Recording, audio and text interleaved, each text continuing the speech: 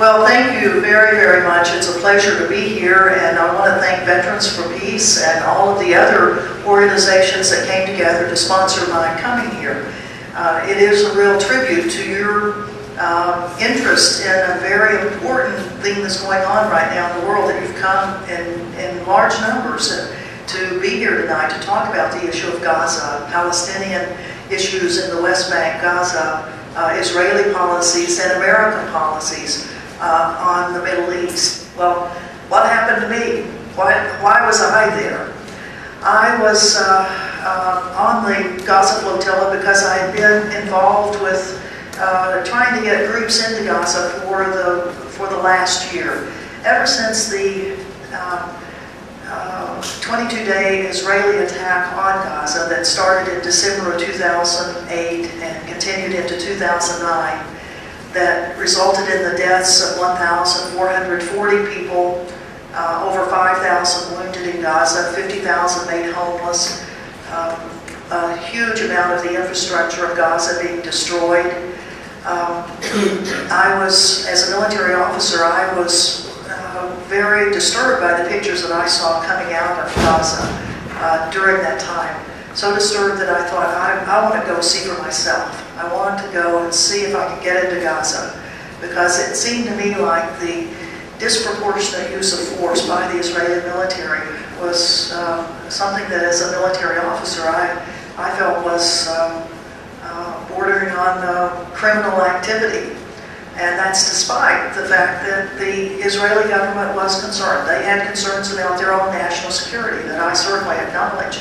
That indeed there have been thousands of rockets, homemade, unguided rockets that had been sent from Gaza by militant groups into Israel. And there were towns along the border that were living in fear because they didn't know when these rockets were coming. They didn't know if the rockets were going to hit the town. The little town, the little village of Sderot, that's right on the border, has air raid shelters that people can move into as soon as they hear a sound, a whistle that says that a rocket has been detected coming from Gaza. And in the past 6 years, there have been Israelis that have been killed by those rockets. Over 30 people by Israeli human rights groups, estimates, have been killed in those rocket attacks. I don't condone the rocket attacks at all.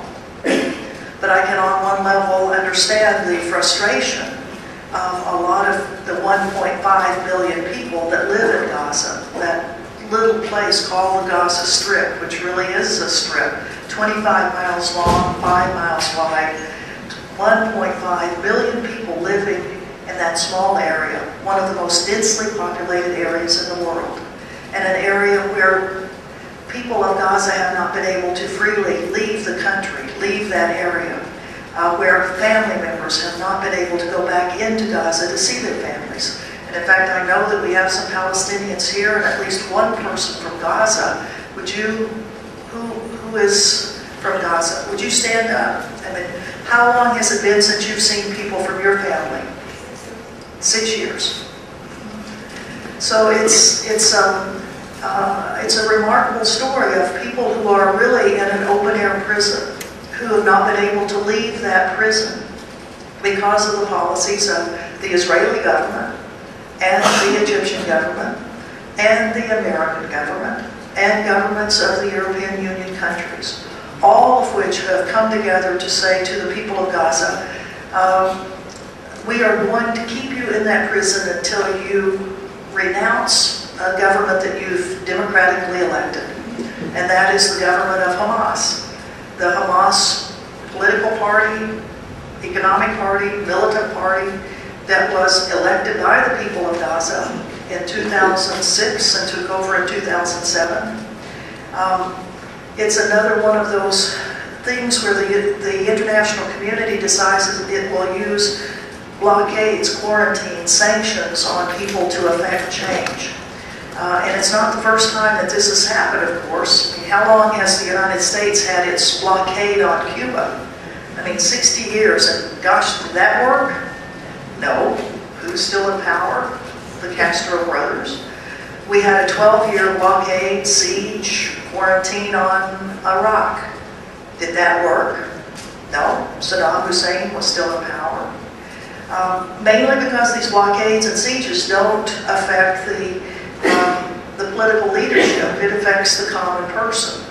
And usually common people who are having difficult living without enough food, without merchandise, without whatever it is, they're the ones least likely to take up weapons they don't have to go after a government that, in the case of Gaza, that they elected.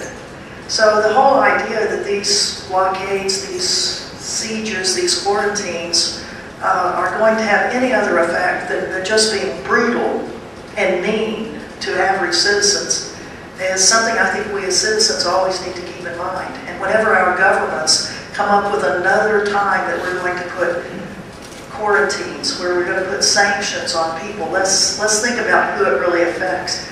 And the latest one that the United States is doing is, of course, on Iran. That one more time, another sanctions to stir up the people of Iran so they will take up arms against the revolutionary government and overthrow it. So the United States, and gosh, what are we supposed to be doing if the people of Iran take up those arms? I mean, all of these questions that we have about these policies that are so destructive to the people. Well, I went to Gaza in late January of 2009 to see for myself. I was one of the few people that were able to get into Gaza in late January. There were thousands of people lined up at the Rafah, Egypt gate trying to get in. I and Medea Benjamin and Ty Berry of Code Pink Women for Peace, the three of us had flown to Cairo, then taken vans to get to the border, and not knowing whether or not we would get in. And indeed, the thousands of people that were there that didn't get in, we still can't figure out why the three of us were able to get in. The Egyptians, when they finally let us in, said, you have 48 hours in Gaza. We're going to close the borders after 48 hours, and we don't know when we're going to reopen them. And it was true. 48 hours later, the border closed, and it did not reopen for over 20 days. That nothing was coming through. No humanitarian goods, no humanitarian assistance. And that was after that 22-day attack on Gaza. What we saw there stunned us. It really did. I mean, the is for over 50,000 people gone in smithereens. I would show you my pictures of it, but they're on my computer that the Israelis have. The pictures, though, that you all have seen. The pictures that just show devastation in the northern part of Gaza. Virtually every industry, every commercial area gone. All of the construction businesses gone. I was so stunned that I mentioned to Medea and Ty, I think we need to take groups in here. Let's see if we can't bring a group to Gaza. And 6 weeks later, we had 65 people that from 10 countries around the world had said, we want to go. And in March of 2009, we brought that group in as a part of International Women's Day. And then 2 months later, in May of 2009, we brought another group in. And there were already 4 other groups that we had assisted in helping get in. And in fact, Susan Johnson was part of one of them out of New York. 4 more groups that were in Gaza at that same time. And then we thought, well, there's so much interest. People wanted to see what it is, what's going on, and come back and tell their communities. So we decided we would organize what was called the Gaza Freedom March. And over the next 6 months, in an internet plea to the world of come to Gaza, come in solidarity with the people of Gaza to commemorate that date a year ago that the Israelis started bombing, attacking Gaza. Stand in solidarity in a march with the people of Gaza. And over 1,350 people said, yes, we'll go, from 55 countries. And 1,000 people came to Cairo